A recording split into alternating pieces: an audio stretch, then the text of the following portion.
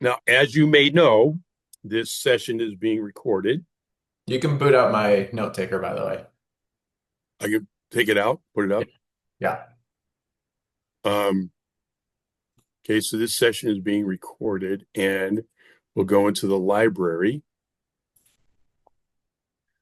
So owners can go back and review it later on if they'd like, pick up some tips, tricks, things like that. We're going to wait a couple more minutes, see who else comes on board, and we'll have them introduce themselves for those that may have not met you before. And who's the Spark Signs? Who's that? They've got two on here. I should know that, I think. Hi, that is Carrie and I. We're Spark Signs and Graphics in Mars, PA. Oh, very good. Thank you for coming on and sharing that. How long have you been in business and any other information you could provide for us right now? Spark Signs has been in business for 9 years. Carrie's been with the team for 8 years, and I've been here for a few months now, so I'm newer. Okay, good. Well, welcome aboard today. Thank you for being Thank here. you. Thank you. You're welcome. Dewey, would you come off of mute and share a little bit about yourself and how long you've been at this? Good morning, everybody. Yeah, my name is Dewey. I am in Southern Indiana. I've been part of Sign World since end of September. So very new, haven't even had my first sale yet, but I've met with one customer. And you're still getting equipment into place, is that correct? I'm operating semi-virtually, so I have an office, but I do not have equipment at this time. Okay. And you did you get some tools for that delivery that you received the other day so you could open it I up and did, yeah. I picked up a pry bar and safety glasses, and I have some gloves. So I'm gonna, as soon as this call ends, I'm gonna knock that thing open and hopefully get this that digital sign set up. good, very good. Congratulations. Hi, Greg. How are you? Hi, I'm great. Yep, Greg Jones. I'm in the class with Dewey. Just a short month or so. 2 months is aggressive to say, but I would say I've officially launched last week. I already got a couple sales, smaller. Got a huge one I'm prosecuting right now for tomorrow. Not for tomorrow, but it's illuminated channel letters, blade sign, and a lobby sign. I was trying to chime in yesterday's call, but I couldn't figure out. I was mobile. I couldn't figure out how to come off mute. Then I realized that Zoom has its own little muting function. Didn't know that till afterwards. But anyway, so yeah, looking forward to being a part of it, and I will probably be shooting you some questions offline, George, just in concert with what we discussed yesterday and on the afternoon call, just or at least what I was hearing, because it was something along those lines, but I just couldn't get off mute to chime in. Okay, very good. Glad to have you on board today. Welcome. Thank you. All right, Matias, we may have some others that are going to join us a little bit later. If they do, we'll try to see if we find some time to introduce themselves. But at this time, I'd like you to go ahead and introduce yourself and Boston Signs and Graphics, a little bit of history of you. And during this particular session, if there's any questions anyone has, please do not hesitate to reach out. And I like to have this interactive as possible. So at this time, Matias, you got the floor. All right. So, like George said, my name is Matias Wigozki. I am the owner of Boston Science and Graphics. I come from an interesting background in terms of my corporate experience. I spent about 10 years in digital marketing and the rest of it in uh, software sales and account management. So, I started Boston Science and Graphics technically January of 2024. I think I got my first sale in March of 2024, and I run the virtual model. So I do outsource all of the work. I have a virtual assistant, and I work with SignPack on the designs, which you'll actually see sprinkled throughout the presentation. Yeah, I'm approaching month 24, which is crazy to think about. Time flies and also crawls by all at the same time.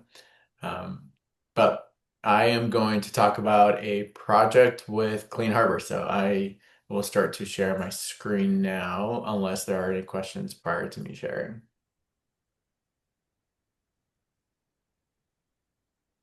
All right. It's up.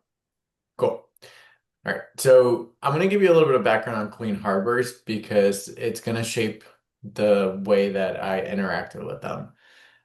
They are an environmental energy and industrial services company, and what that means is that they clean up oil, whether it's oil spills or they go to Jiffy Lube to pick up used vehicle oil and dispose of it.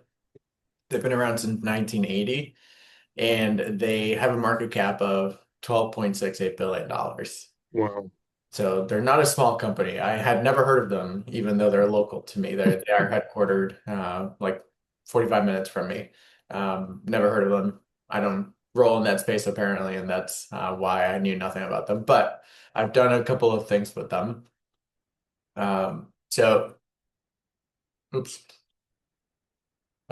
So here's how the relationship started with them. They came in inbound and they were just looking for installation of a couple of graphics. It was mostly ACMs, actually all ACMs, aluminum composite materials. And they got that printed by somebody else. That somebody else just couldn't get through to installing them. And I said, sure, I'll install it. Again, I run virtual, so I had to find an installer who would do it for me. The installer charged me most of what I made. So I charged the customer $600 and I netted $28. Again, I'll pause for applause here. I know incredible revenue here coming from this customer. And the reason I took that bet was $12.68 billion market cap. They have a giant campus. I was hoping that they would need other things. And while I was on site, and not only did I make $28 on there, I actually went on site during the installation. So I wasted my whole day there because I was hoping that something else would come out of it. So hope and a prayer sometimes works. And while I was on site, he was like, hey, I also need some ceramic window film installed for temperature control. Do you do that? Sure, I do that. And Greg, I heard your panic yesterday. Dewey, you're gonna run into this. Spark Science probably doesn't get into this panic anymore, but you say yes to everything and then you try to figure out how to do it. And this is one of those cases where ceramic window film, what is that? I don't know how to, I don't even know where to find it. Um, Sure enough, there's also a local distributor here, found that. And you can see here the gross revenue versus net revenue is also nothing to be super proud of. But it built the relationship, and I have the property manager on text, and he will call me randomly and he will text me randomly. And the relationship is really what I wanted to focus on. It wasn't the revenue. So the request and the large opportunity really came through April of 2025. The director of marketing was launching a campaign to recognize the drivers who have been with the company for a really long time. Some of the plaques that we put up were for drivers who were still with the company starting when they were founded in 1980. They had a class of 160 drivers that they wanted to recognize for 2024. And you'll see that it actually expanded because they went beyond the drivers. They wanted to go for all of their people. So the Driver Hall of Fame is what they called it, but it's really a recognition of the people that drive the company forward, not people who sit behind a wheel and move trucks around. We hear this all the time within Sign World. Pick up your phone, respond as quickly as possible. When I saw the inquiry come through, and it is actually an inbound inquiry, not from my contact, just from the marketing director. It came to info@Boston Science and Graphics. I responded within 15 minutes, and I had a call scheduled with all of the stakeholders within 4 hours after exchanging a couple of emails with them. One of the notes that I dropped immediately was, hey, I have done work with you guys. I copied my contact Tony onto my response and told them that I already had a COI in place to show them that I had done work with them and show them that I had sort of checked a couple of the corporate boxes that they're going to have to check anyways with a vendor. So I figured upfront, let's get ahead of it and tell them that I am a partner of theirs, which I think was part of the reason that they moved forward with the call because they knew that they had fewer things to do from a paperwork perspective. So the initial scope, like I said, was started with 160 inductees, and by the time that we were done with it, they wanted to recognize 192 people.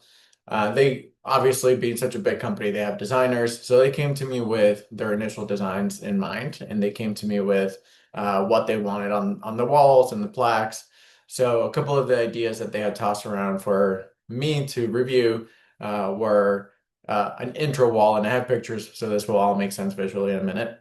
An intro wall that recognizes, sort of introduces the idea of what this Driver Hall of Fame is.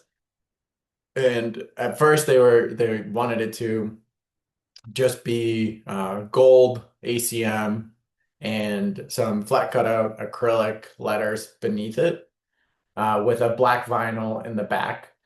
And then each individual person would have a 13 by 13 direct print acrylic mounted onto the wall. And a couple of the options that they toss around were, or the requirements were, it's got to be easy to change out because sometimes things happen and some people don't need to be recognized anymore. And so we need to be able to take them down. What is the best way to do that? And so we talked about standoffs. We talked about just make them stud mounted so they can slide in and out. And so that came with its own challenges that we can talk about. The final concept was a direct print onto brass, 3M Dynoc leatherette wrap wall, or wall wrap rather, and FCO acrylic letters. And then for the plaques, we reduced it down to 10 by 10, and we mounted them on standoffs. And each individual plaque also got a direct print brass on top of it. So it looks really, really nice. And they went with the standoffs because they are easy to change, even though they're not easy to install. The reason that they reduced it down to 10 by 10 is because this is a long-term project. So they want to induct 10 to 20 to 30 drivers every single year. So this is as recurring as you get with signs in terms of revenue. In theory, they're going to come back to me every single year requesting an additional up to 30 plaques to put up on the wall. So they needed to account for the space and make sure that they didn't run out too fast, even though the wall is really, really long. They could have run out of space if we went with the 13 by 13 too quickly. So here's the concept. You can see here that initially they wanted this gold brushed ACM with a direct print on it. These are the FCOs. Then these are a couple of the options for the plaques. So yeah, we said here you can mount them on standoffs or you can do direct mount, but if you do direct mount, you have to make sure that you don't see the back of it because the studs are going to be coming off of the back of the acrylic. So if we're going to use a black vinyl on the wall, why don't we make it match on the acrylic itself as well? And I haven't talked about budgeting at all. And when I showed them the budget for this one, they're like, "Oh no, it's too much." So we scaled it back a little bit, and that was part of the reason that it also got reduced to 10 by 10. Here's what it looks like. They changed some of the wording around. So you can see driving your company forward, the 10 by 10 plaque with the standoff, and a projection in terms of how long they're going to be able to put up plaques for each individual year. So you can see we get up to 25 years. One of the things that changed throughout the process was they added a TV. So this is a TV because they wanted to do like a spotlight driver. And then they realized that like printing something was inefficient. So they went with a TV, which my contact Tony installed, and so we had to work around that. Here's some of the final pictures of what it looks like. I only included two. You can imagine the installation was time consuming and lengthy, and there were lots of pictures throughout that, but this is what it looks like. The brass was super heavy, and I sometimes I wake up in a cold sweat, like, oh boy, I hope it's still up. Um, we also wrapped the corner here. I don't know if you can see it, the corner wall protector with the die knock, because obviously we wouldn't want the silver or aluminum showing on top of the black.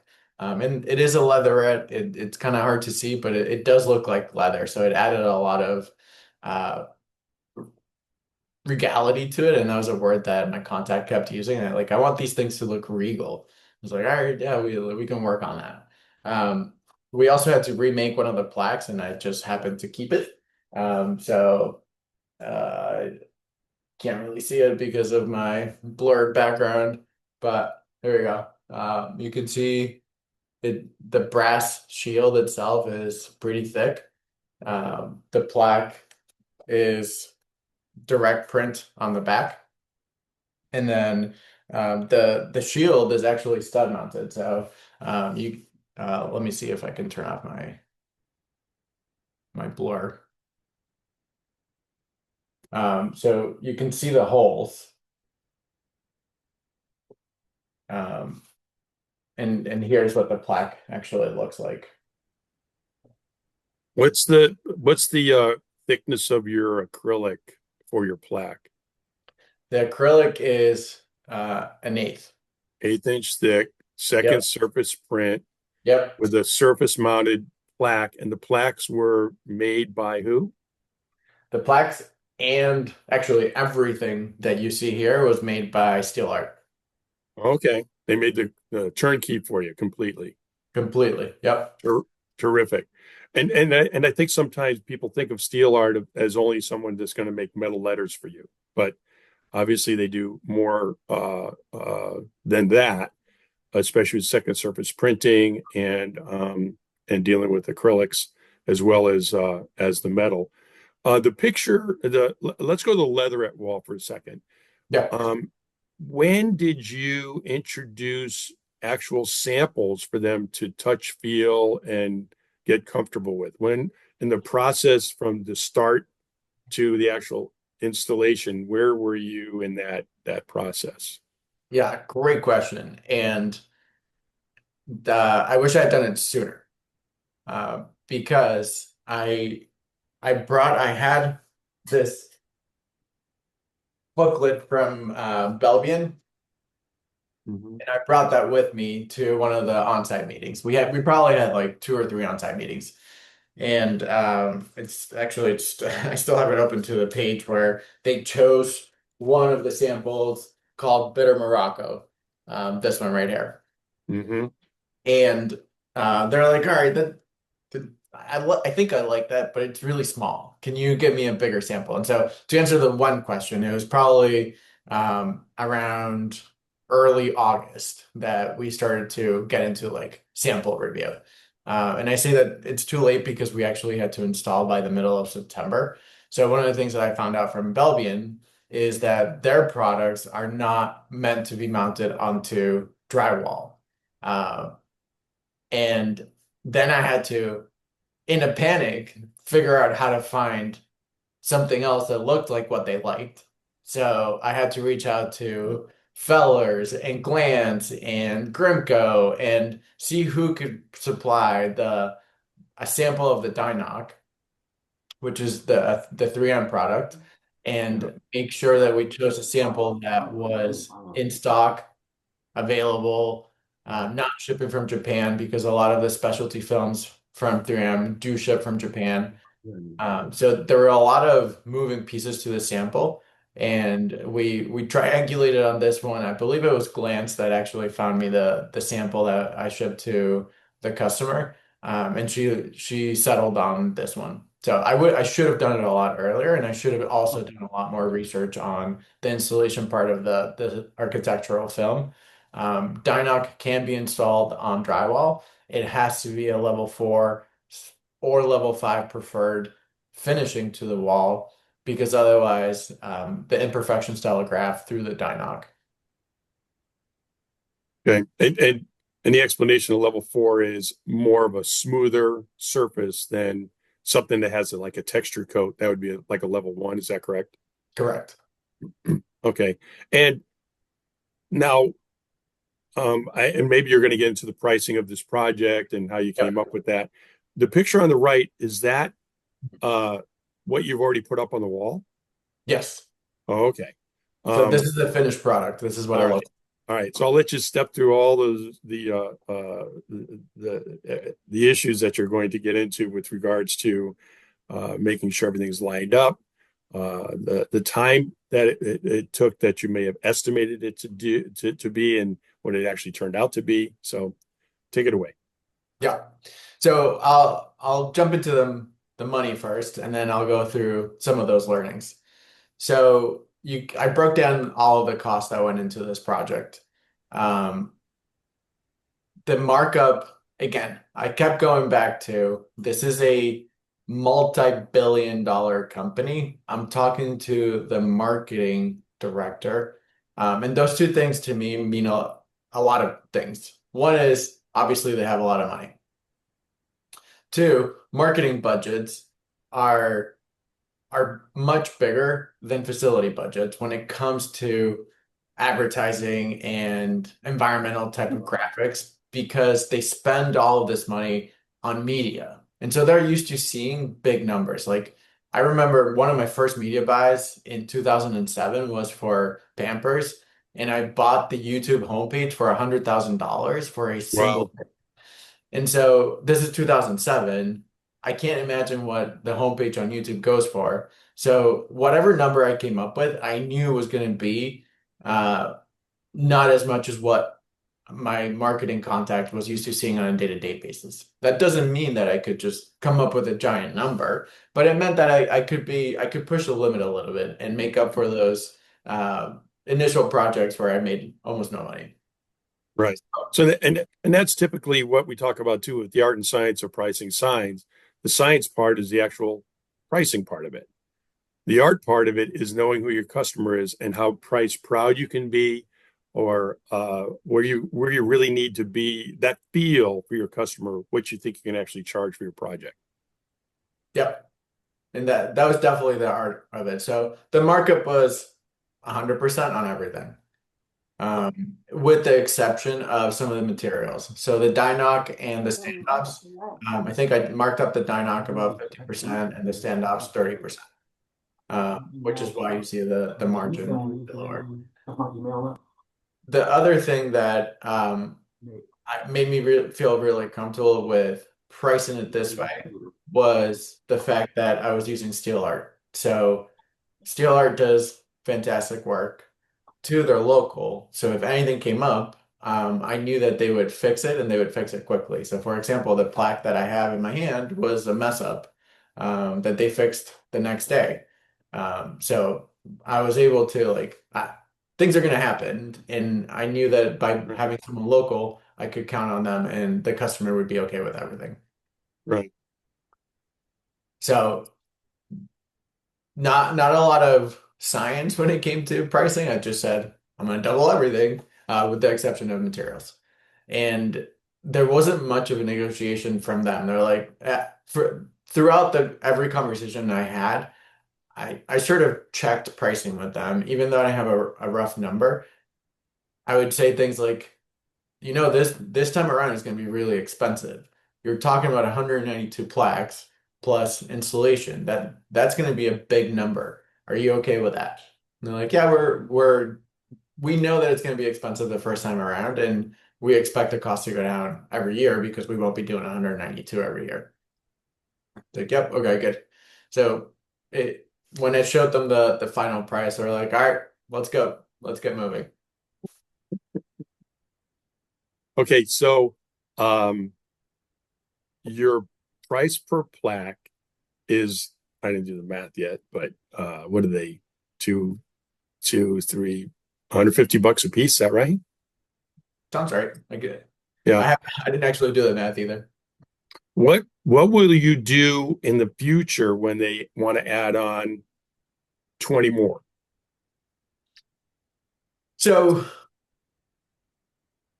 I'll use the same price per plaque that I have here, as long as the material costs haven't changed a lot. So the my contact knows that we're using brass, and we know that that is a raw material that fluctuates in price, and therefore I couldn't guarantee for perpetuity that the cost of the plaque would be exactly the same every single year. Right. Okay. So there's a good possibility, I don't say a good possibility, but there's a possibility that because of the quantity, they got a really good deal at $150 a plaque. In the future, if it's less than, it could be 180, they could be 210, something like that. And I understand you don't want to get um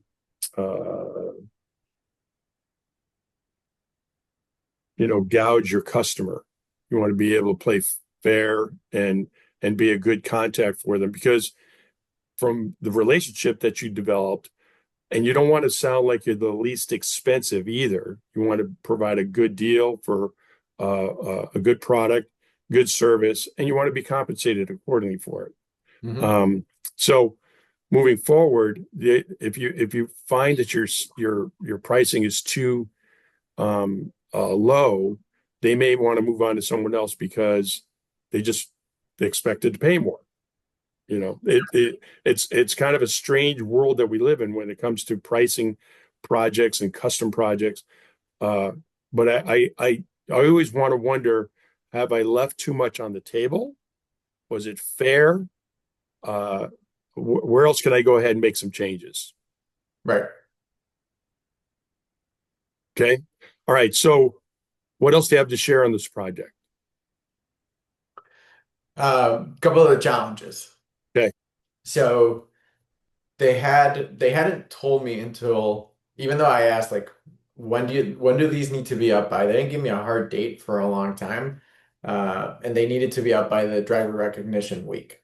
So call it second week of September. So then I'll start with the fact that we needed to do this over a weekend because we needed to take over the whole hallway to be able to stage for it. We had to lay out 192 plaques, 768 standoffs. We had to make sure that people weren't walking by all the time, and the customer was a-okay with it. They were happy that we weren't in anyone's way, and they were happy to give us access to their facility on the weekend because it's open anyways. So that was fine. My installer also preferred it. I don't think my installer realized that it would take them the whole weekend. So they were there probably a full 24 hours, 12 hours each day. And the reason being is that they were pre-drilling over 1,000 holes, right? Between the FCOs, the standoffs, the brass plaque, etc. It was a lot of prep work. They also got, I only have one of the patterns, but they got, imagine we were doing each column has 6 plaques. And so whatever that is, 192 divided by 6, that's how many rows they were doing. So the pattern that they got didn't line up exactly with how we were laying it out. So the way and it's my fault actually. I didn't tell Steel Art what our final installation vision was. So what they did is they printed as many as they could fit on a piece of paper, and then my installers had to cut the patterns and put them up on the wall the way that we wanted them to lay it out. So I got an earful about that one. Um, and again, going back to the Dynoc, it's an architectural film. It is hard to install, and my installer has experience with it, which is good, but it does require wall prep, make sure that it's clean, make sure that there are no imperfections that are going to telegraph. So, it just all of these things added a lot of time to the installation. Um, One thing I'll say about Dynoc is don't suggest it yourself. I think George, you're the one who said that it usually comes from an architect who says, "Hey, this would look really good," and then the sign company curses the architect, and they have to deal with it. I wanted to see what it looked like, so I'm the one who opened my big fat mouth and said, "Hey, this would look really good. You should try this." And so again, earful for my installer about that one. But ultimately it went well. A couple of the key learnings that I had. I did not charge a project management fee, and not thinking about the fact that we would have to not only create the pre-production proofs, we would have to QA the pre-production proofs. So that's reviewing 182 plaques for spelling, for the year that they joined, for the title that they hold. So next time when there's a high volume variable data project, I will absolutely put in a project management fee because it was super time consuming to go through every single proof. And we did catch errors to make sure that nothing was wrong with it. And the other one goes back to what I talked about in terms of just having better timelines and clear drop dead dates because we were scrambling at the last minute. All of these plaques weren't finished until Friday for the installation on Saturday and Sunday. And when I say Friday, I mean like pickups at Steel Art stop at 4. We were picking up at like 3:45. So it was up until the 11th hour to the definition. And it was all because one, I didn't do a good job of saying to the customer, if you do not approve this by this date, we will not be able to meet your date. I definitely have to get better with that. Good. This just came through last night. I did not reach out to her. I did reach out to her after we finished the project, but she took her sweet time. Like I said, we installed in the middle of September to provide a review. So she's a happy customer. She again will hopefully continue to work with us on this project. And we talked about other projects while we were there. So I'm looking forward to doing more with them. Very nice. And that's the end. All right, so let's before I open up for other questions, couple things that we come up against when it's a large project like this that's going to be time consuming is trying to estimate how much time it will take to install. And you've done a good job of talking to your installer, saying this is what we've got going on. Give me a price for this. And it's hard for an installer to say, and it give you an exact number. And so sometimes we end up with a range and we hope that the range is lower, so our profitability is higher. But one thing that can help with our customers is say, we approximate this time to do this job. So here's the range for you. You know, if we do it sooner, that's fine. But there's an hourly rate that comes into play. So I think it's important to have that in your estimate when you're providing that to your customer. There's a lot of unknowns. When we're drilling the wall, we might hit metal studs. That's going to take longer than just drywall. Other issue, we'll hit a nail, whatever. I mean, there's a lot of things that can come into play because we don't know what's beyond on the other side of this drywall. And or if we're drilling into concrete or brick or block or anything like that. So it's to have those terms and conditions in place to help you with your project. The other that I like to encourage owners to use is a separate line item that you discussed there for just a few minutes ago. And that is your time management, project management, samples, because I'm going to have to charge for samples. And it's a middle package, meaning that the package is going to have more detail than what we're used to having when we show just a singular layout of a sign. This will be multiple pages with all of the plaques that are on it, details of installation. There's so much time that goes into it. So when we go to design and what I like to do too is go back through the project and say, okay, how did we do? What did we find out? You brought up some very good points. So when I do this again or something similar to it, I can make the adjustments that I need to. So I'm sure that I'm charging appropriately for it.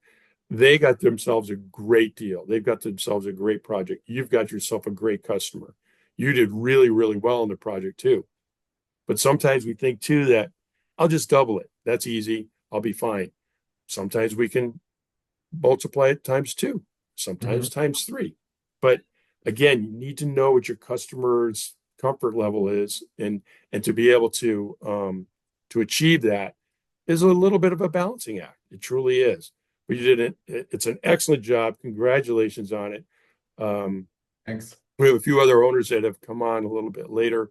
Mark, if you'd come off of mute and share who you are, where you are, it'd be nice to have Matias know who else is listening today, and if you have any questions about his project. Hi, Matias. It's Mark from Horizon Science Solutions, located in Edmonton, Alberta, Canada. Hey, Mark. And so, well done with regards to your project. Pretty impressive. Yeah, I agree with you need to.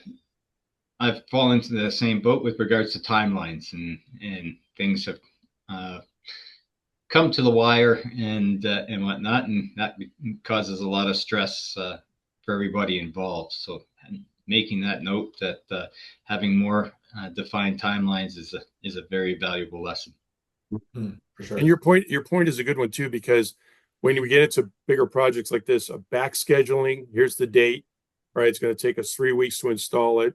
I'm going to need 2 weeks to get the materials. Just keep backing it up to the point where you say, okay, I need to know by this date. Otherwise, it's going to continue to push out. Not much else I can do for you. I mean, for you to go ahead and work through the weekend, fantastic. Hot off the press, fantastic. You made it happen, even more fantastic.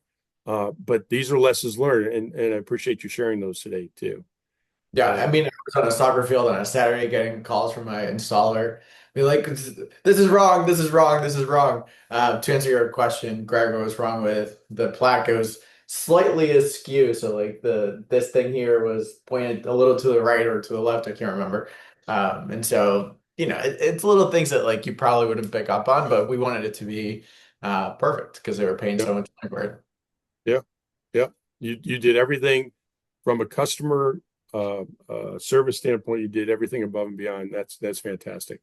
All right, I'm going to ask Robbie to come on real quick and say hi, introduce himself, where he's at, what he's up to. If I can get him to come off of mute. Robbie, you there? There he is. You said I can't talk anymore today because I've talked to you so much today. Robbie, tell everyone who's on today a little bit about yourself, how long you've been in business, when you joined Sign World, a little background on yourself, please. Absolutely. Good morning, folks. Robbie Valanki, in the Dallas-Fort Worth area. Joined Sign World in August of this year. So a little bit over about 3.5 months into the twilight zone here. So prior to that, I was management consulting for about 25 years.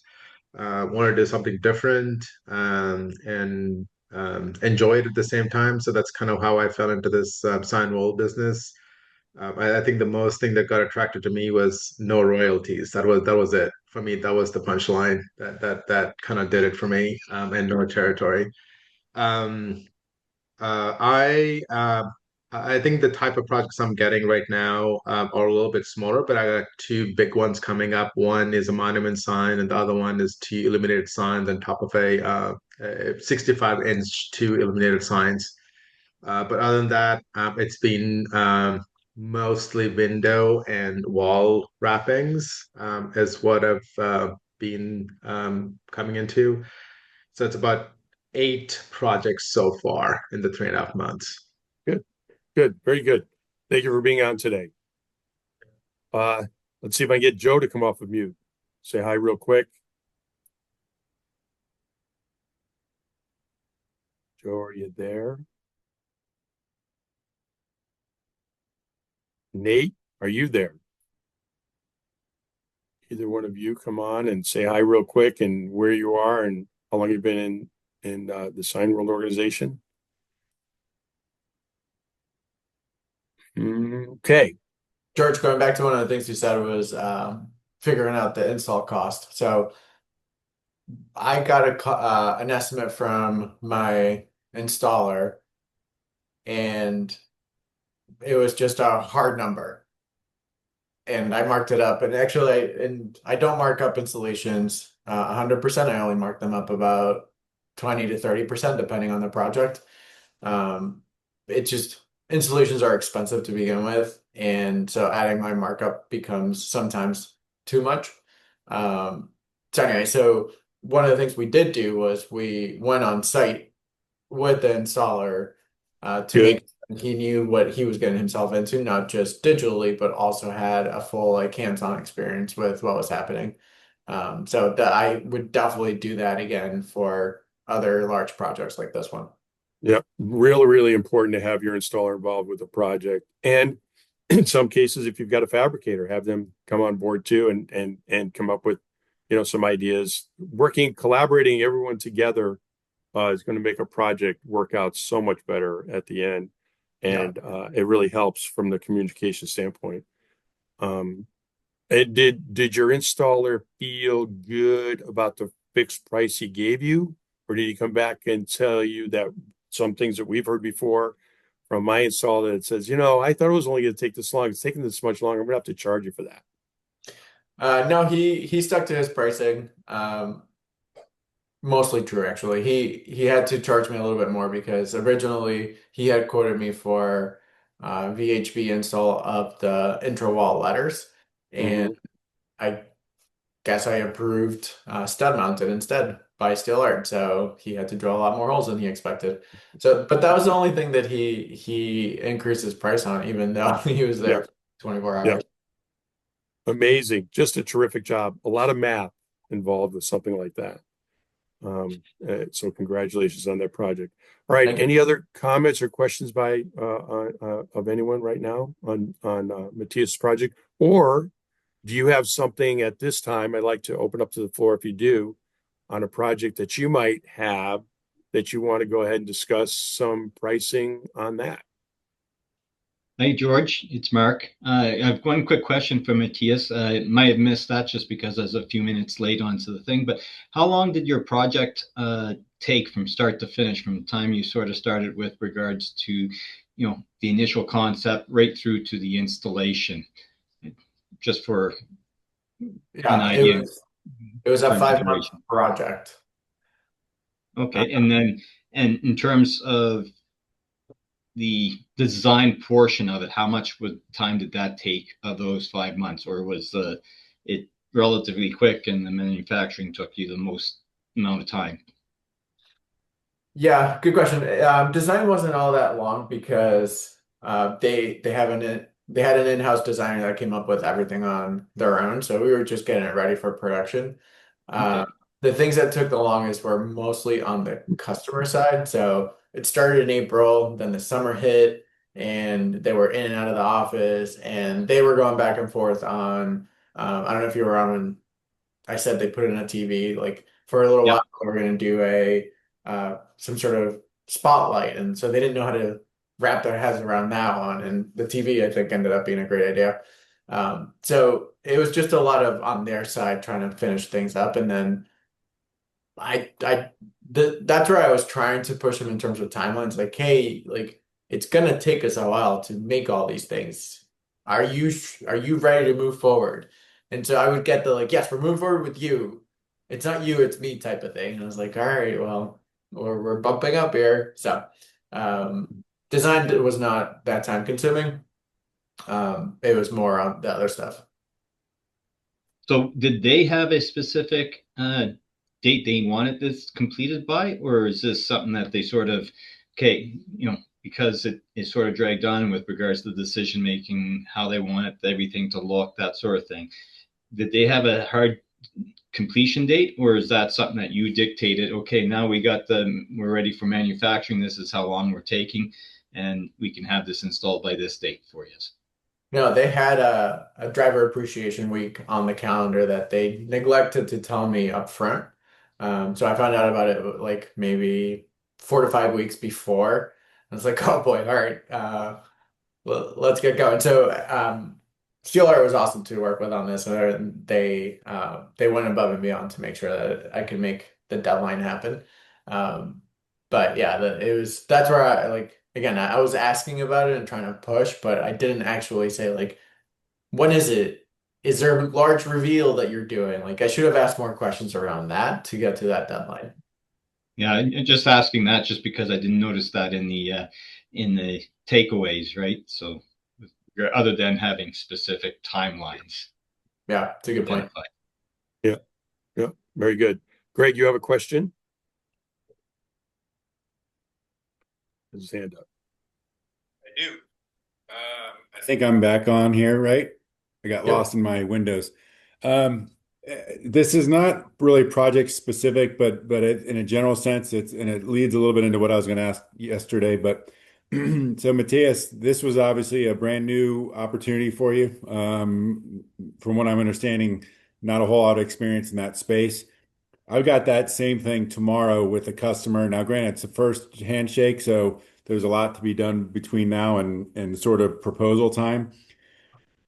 Uh, when you price it out, where did your comfort level come from to determine the different levels of markup that you added to the design, the install, the fabrication piece, all the different elements that go into an overall project?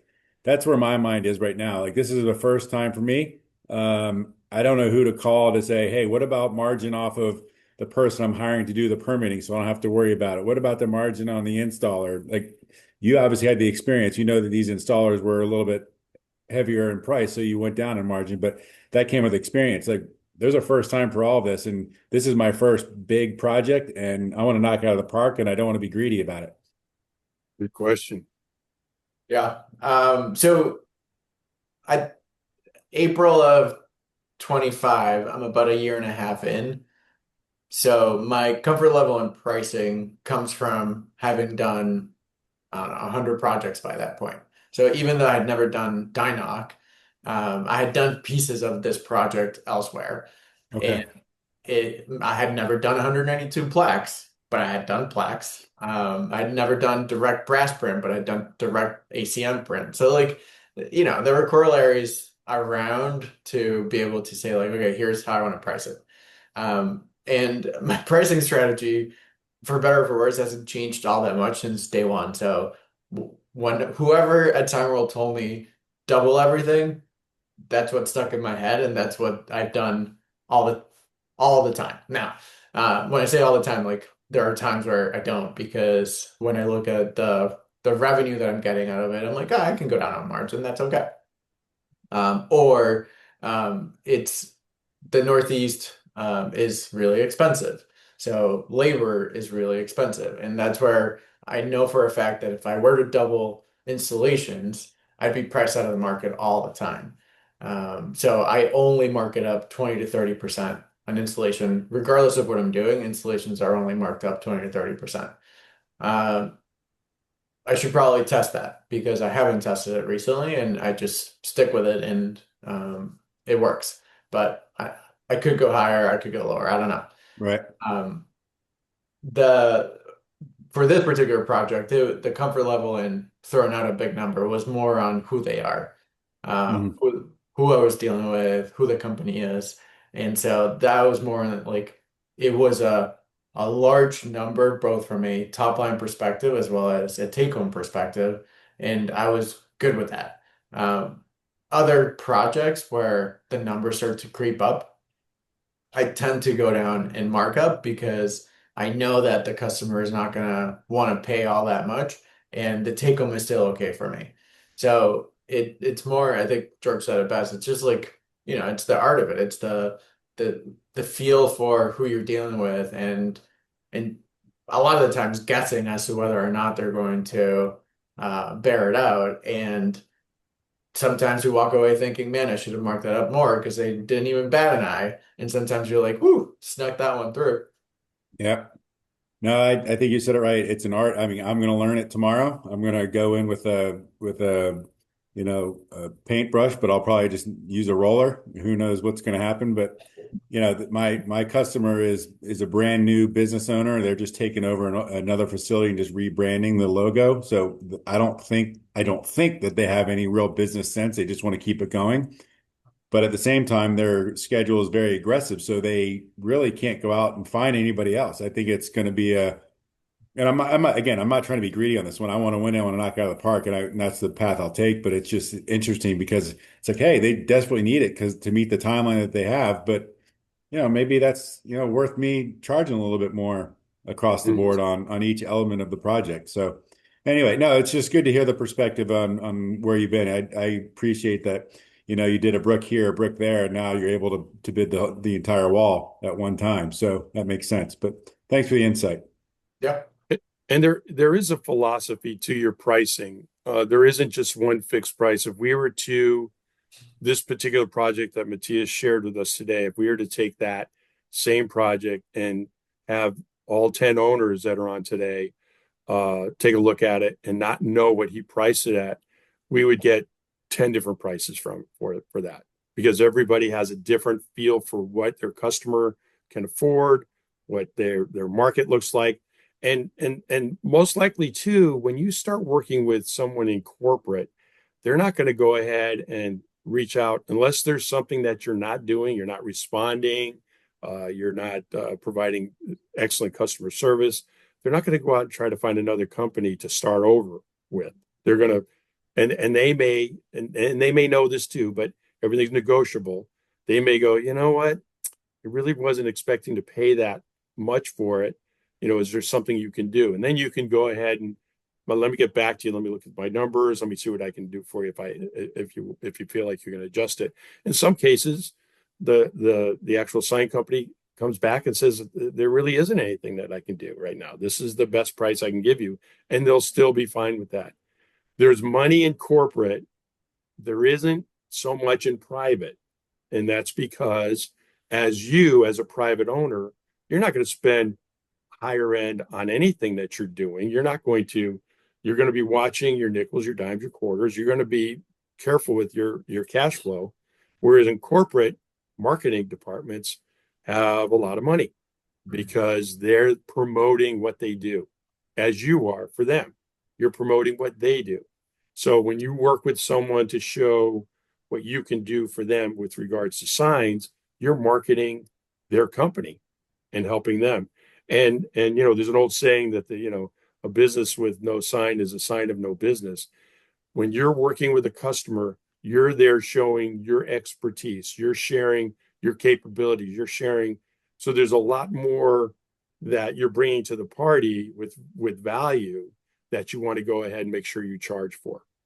There, we talk sometimes about family and friends discount. They actually should be charged more because you're going to do a lot more for them that you would do for even a regular customer. But again, it's your business. You decide how you want to go about it. But right now, Matias could say, okay, instead of doubling it now, I'm going to go ahead and start looking if I can do numbers at 1.2. Maybe that'll be even better.